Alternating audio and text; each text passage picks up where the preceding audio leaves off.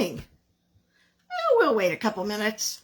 Obviously, it's not quite 7 o'clock here in the Midwest, but we'll wait and gonna have some friends I know gather us here soon. Have you ever had one of those days, or actually for me it's been a couple of days now, that you just can't shut off? You can't get your mind to turn around and just stop. That's what mine's been doing. It's been racing. It's off to the next whatever. It's been kind of interesting because I've been thinking about making, gathering things together to make Easter bags for the kids at church, so that as they, as we have Easter, they can have a little something. And as I have gone through all my kids stuff, my kids messages and that kind of thing from Easter's past, I have been kind of discovering how much stuff I really had. And I've been able now to put together 4 bags. So I'm hoping we have kids on Easter Sunday that we can share this amazing story. Yes, it's always, and I don't have just Lent stuff going through. I was looking at my calendar in this next couple weeks. It's crazy. I know. I mean, it's a crazy time of season for us in the church, but it's even crazier when I looked at Saturday. We are celebrating life for one of our former members, or I guess Travis is still was a member, but then we have Passion Sunday, and then Bible study on Monday, and Lenten reflections on Wednesday of Holy Week, and then Maundy Thursday, Good Friday, Easter Sunday. Shoo! And then I'm going to take the next weekend off and go do some training. I wanted to do some scout training. I'm going to, do that as well. Yeah, my brain just is like running 100 different directions right now. Ron has laughed at me because he's like, you sit down and for about 2 seconds is all. And then you're up and you're doing whatever, because it's either scout stuff, because I'm going to be day camp director, or it's church stuff, or it's Kiwanis, or it's whatever. And whew, yeah, that's life. It's good though. It's good. And it was kind of a dreary day, but hey, I got a lot of things kind of looked at, cleaned up, worked on, a lot of projects done, kind of thing. As much as I can ever say I'm done. So anyway, well, grab your Bibles. We're going to be in chapter 30, and we'll see how far we can get. But let's begin with prayer.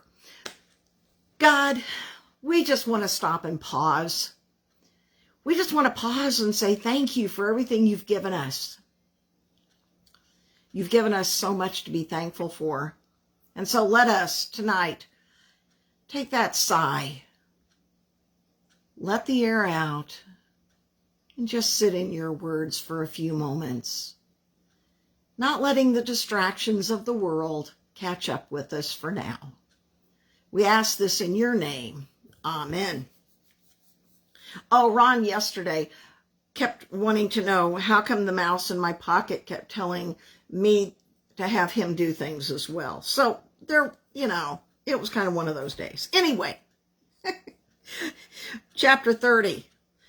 This is again, we have to remember a little bit about our story that's gone on. So I hope we haven't forgotten where we're at in this, with Rahel and Leah, and their saga of sisters and married to the same husband. And so we're gonna move forward. So verse 1.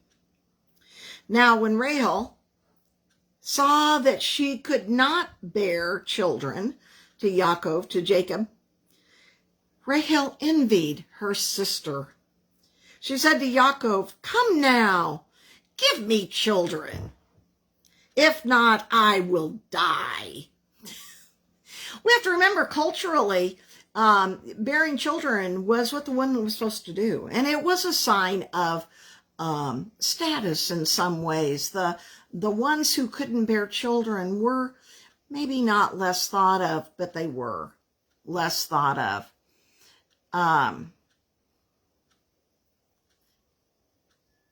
Uh-oh. Are we back on or am I not? Hopefully we're still streaming out there. Someone can give me a thumbs up. Apparently we stopped. I hope not. Hopefully it's still recording. I don't know. I don't know what to say. But God had closed Rahel's womb. Oh, good. I'm good. That's awesome. God had closed Rahel's womb. There was some jealousy because of Bahil and Rahel. Then they blamed Yaakov. I mean, there was a lot of jealousy going on here. And I think we understand that. This is called sisterhood. And these sisters were not exactly, they were jealous of each other. And that's what we're kind of seeing here is we have this jealousy and this rivalry between the sister wives. The maids were the surrogate mothers, and there is some favoritism being played out here. And so it's kind of interesting as we go through this. So verse 2, Yaakov's anger raged against Rahel. And he said, am I in place of God who has denied you fruit of the body? See, he doesn't understand. Here's where Yaakov is a little bit misunderstanding. He doesn't understand that it is God who has shut her womb. It's not about him. It's about what God has done. And yet he's blaming God. But God did it. I mean, he doesn't understand what is really happening here. In verse 3, now the maids are going to be some surrogates going on here. So we have those surrogates that were given as well. So in verse 3, she said, here is my slave girl Bilhah. Come into her, so that she may give birth upon my knees, so that I too may be built up with sons through her. Now, in the culture, and what really did happen is that often during childbirth, when there was a surrogacy going on, the woman who was giving birth did sit on the lap of the one who was going to be the mother. It would have been that she would have, in a sense, birthed that child from between her legs as much as, so she would have sat in her lap birthing that baby. And so she's wanting, some would say this was about adoption, that this is when they would have adopted the child because the surrogate would not have been the one to raise that child. Some would also say no, that this was just the custom of what happened when the surrogates would give birth to the mom, for the mom. So we could read it both ways. I'm not going to pass judgment either way. I think it's probably a little of both. That in a sense, as we give birth and as that baby's pushing through, if the other woman is underneath, you're sensing that same birthing tension, and the baby would, in a sense, drop down into your lap as the birth happened. And so I can see both sides of why that would be.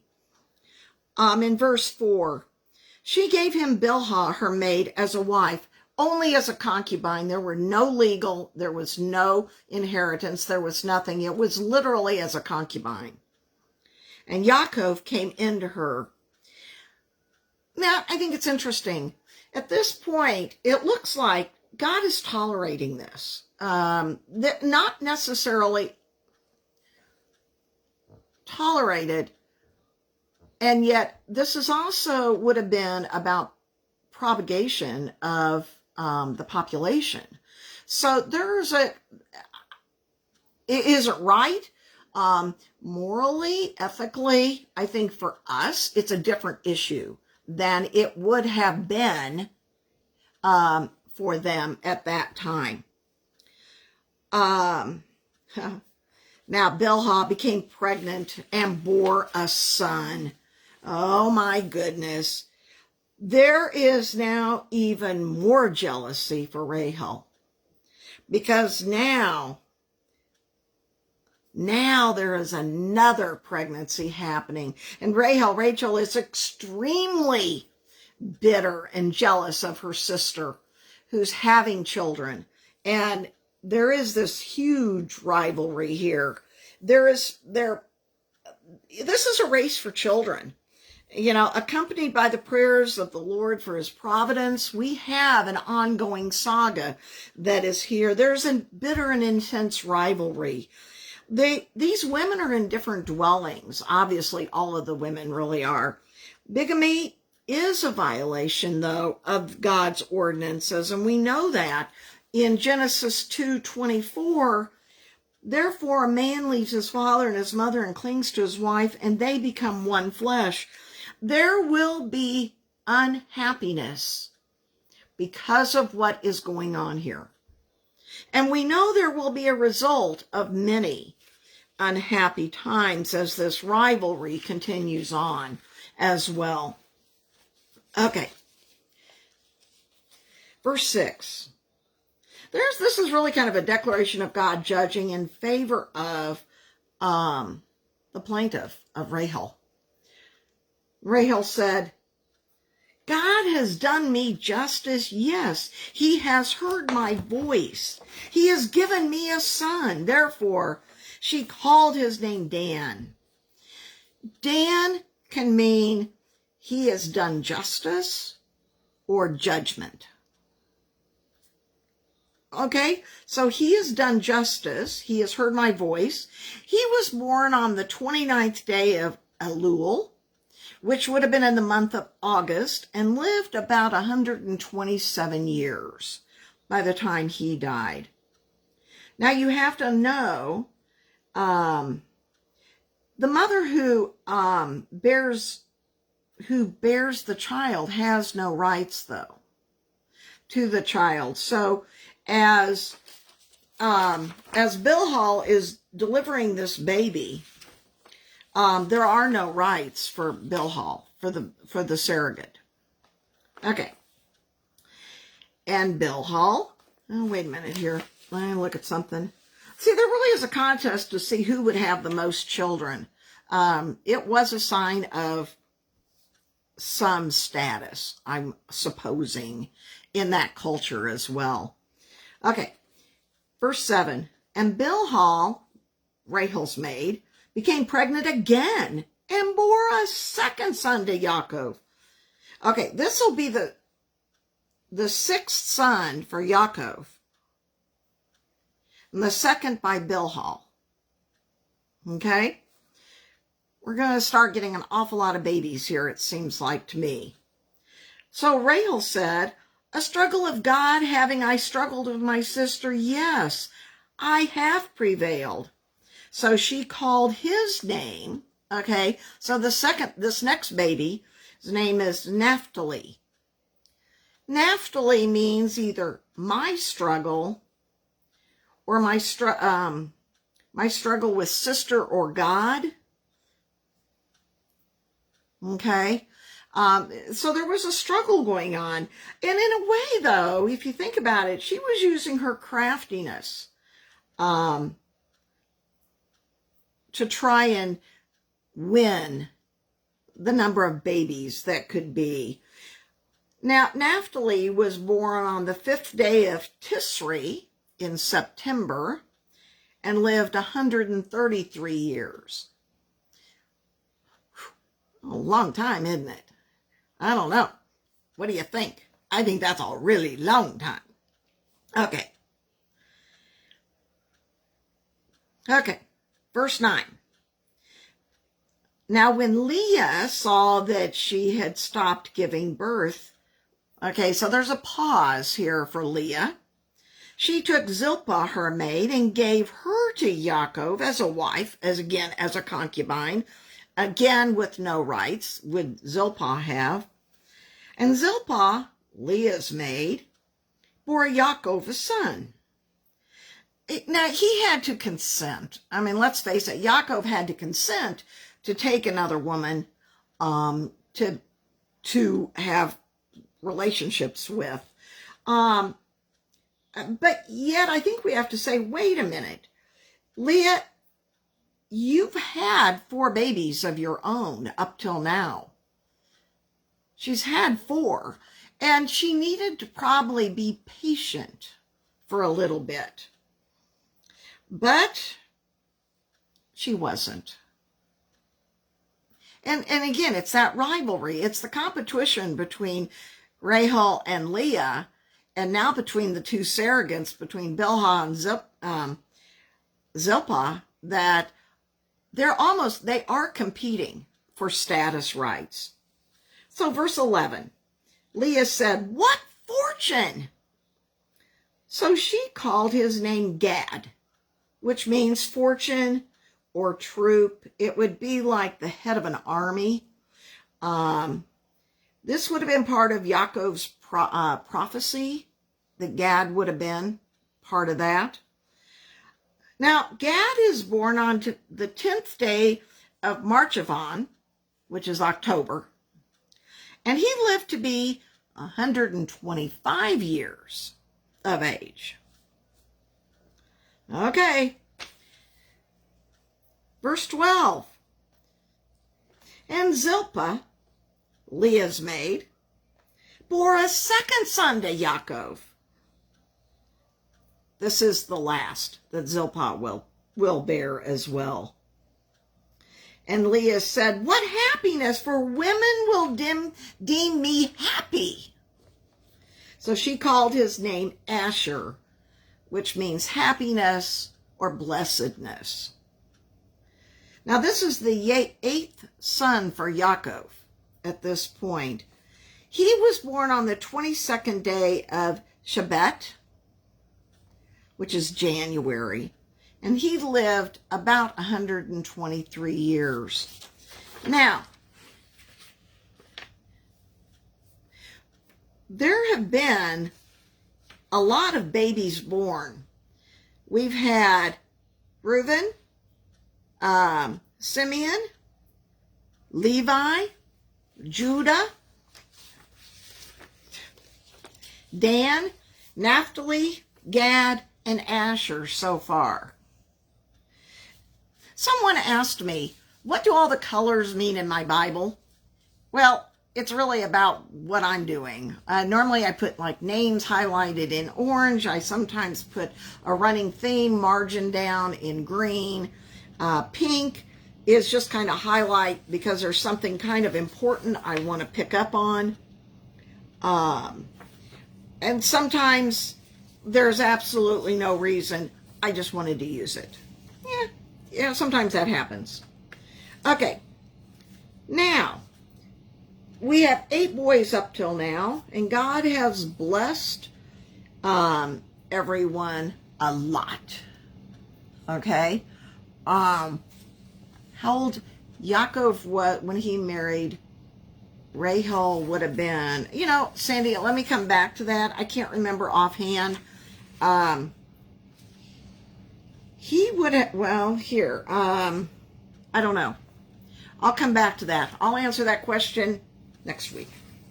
Or maybe I can figure it out between now and then. Okay, verse 14. This is really what I got excited about when I was studying this. And actually, I even have little pieces of paper in my Bible now because I had to look this up.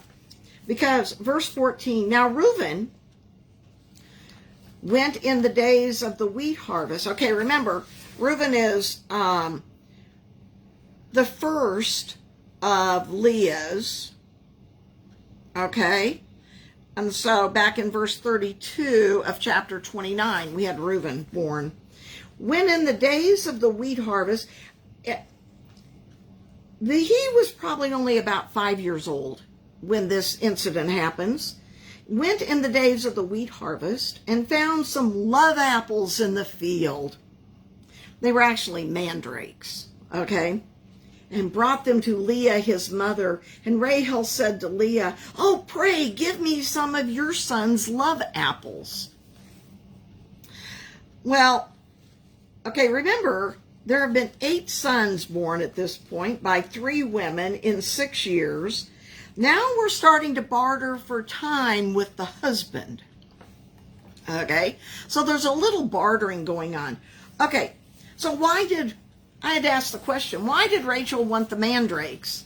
Well, she wanted them because in Hebrew the word is dudaim, which is a connection to sexual love. Therefore, it had been speculated eating mandrakes was thought to aid desire and fertility. And Rahel was barren until then, and wanted them so she could conceive. There's only one problem. Now, if you look up on the internet, a picture of a mandrake, it really does look funny. I wished I tried to print it off, and it wouldn't print for me. It looks very, very sexual. I mean, it really does. It's got the funniest roots on it, and it's the root of a plant, and it's only found in the Mediterranean region, and the plants are a yellow fruit the size of a small apple, but the root is what they normally used. It can be a narcotic, though, and it could kill if taken in quantity. It was thought to be an aphrodisiac, is what it was thought to be. And so it was one of those wise tale things that if you consumed the love apple, you would obviously be more sexually active or desirable. And so here we have Reuben bringing them to Leah, and Rahel, though, sees them and wants them from Leah, okay? To give me some of your son's love apples. Can't you hear it? Oh my goodness. Are we not trying to win time with Yaakov now? Verse 15, she said to her, "Is your taking away my husband such a small thing that you would now take away my son's love apples?" Rahel said, "Very well, he may lie with you tonight in exchange for your son's love apples." They're accusing one another of stealing God's favor in some ways.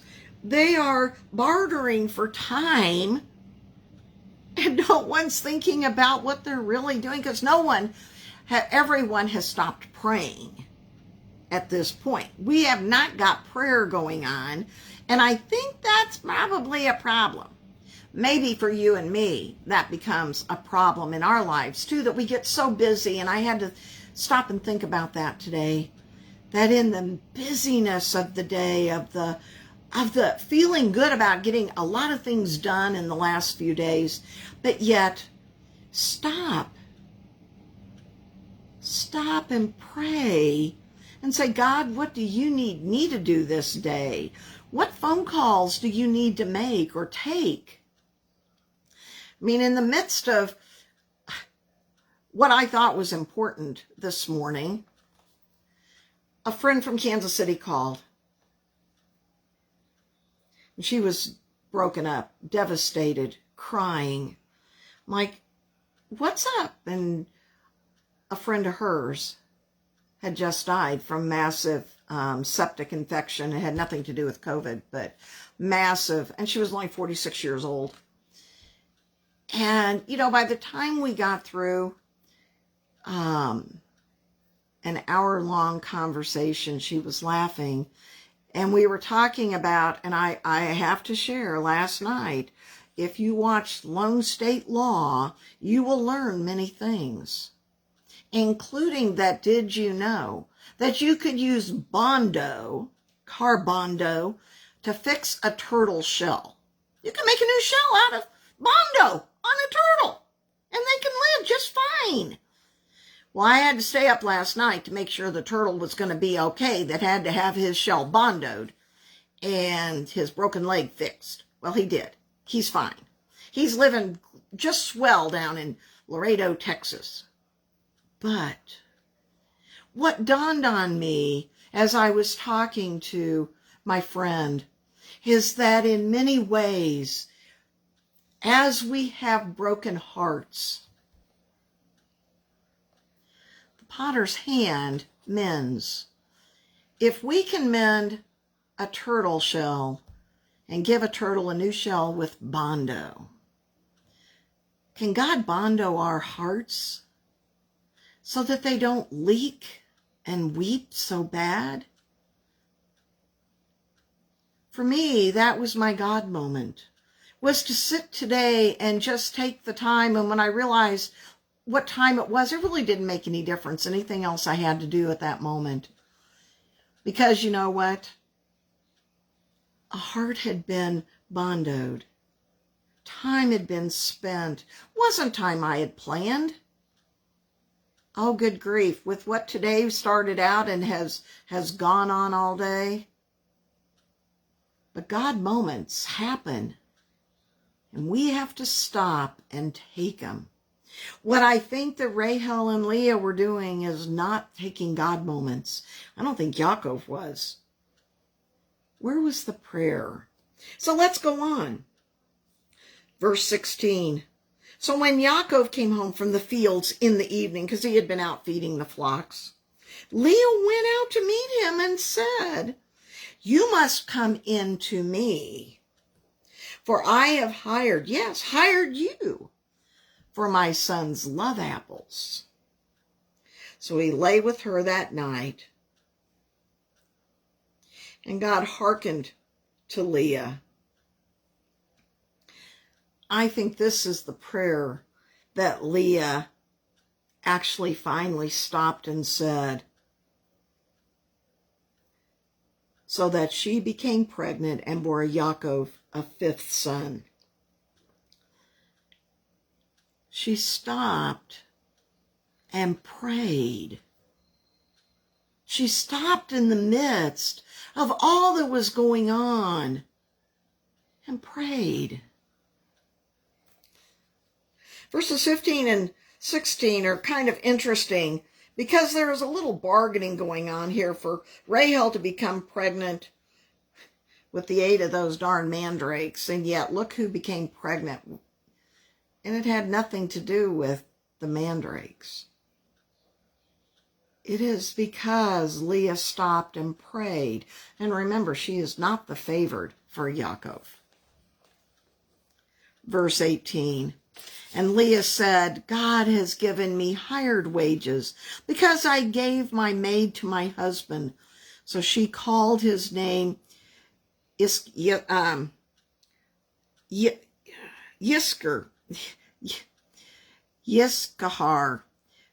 Okay, so it means there is hire or a reward. There is a reward for praying and waiting for God. It's amazing when we wait for God, He will carry us in those moments that we need. Verse 19.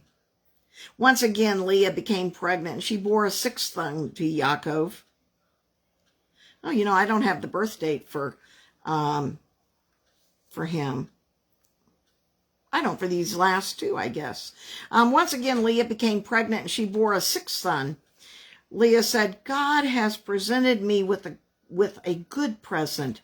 This time my husband will prize me, for I have borne him 6 sons." So she called his name Zebulun, which means prince or dwelling.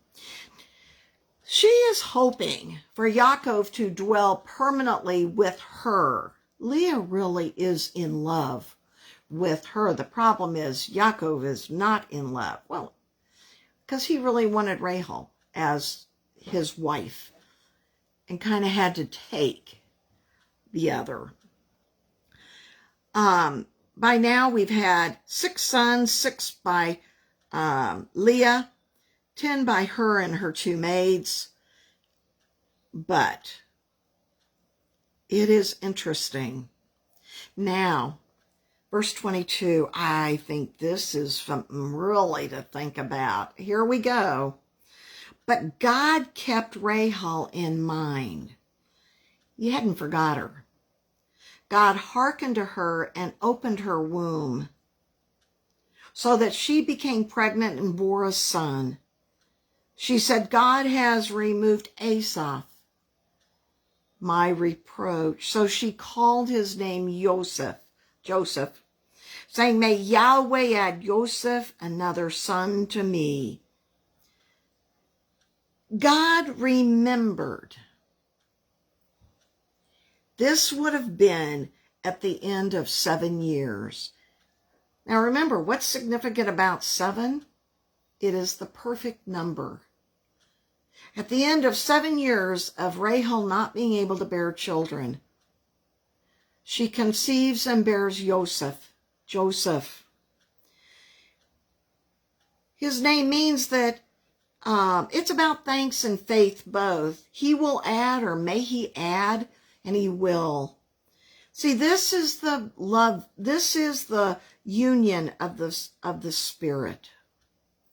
This is where the blessings are going to come through him. Joseph will become and is the favored one of Yaakov.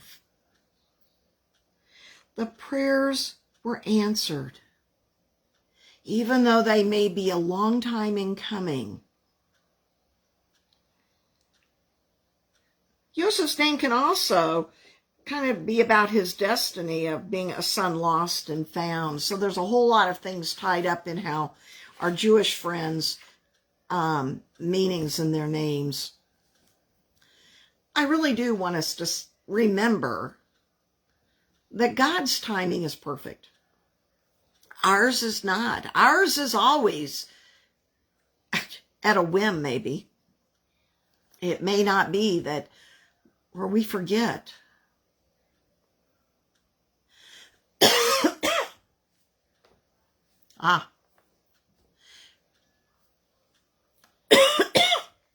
Okay. My throat's dry today. Anyway, God is waiting for you and me, but maybe waiting for you and me to stop. Maybe it is a conversation that ends up with tears in the beginning and laughter at the end about a turtle that's been fixed with Bondo. But then it's about God fixing hearts. Maybe it's just waiting. God is way more patient than we are, but he knows the plan he has for you and me. Oh, my friends, our time is up already. We actually got a little farther than I thought we would tonight. Pray. I think that's the answer. Wait. Let God come into the midst of our lives. And now, my friends, may God rise up to meet you each morning. May he be with you as you lay your head at night to rest. May he walk beside you to give you courage. May he walk above you to give you insight and wisdom. Oh, my friends, join me Wednesday or Sunday. Love to have you. God's peace and blessings to each of you as you go about your night. See you later.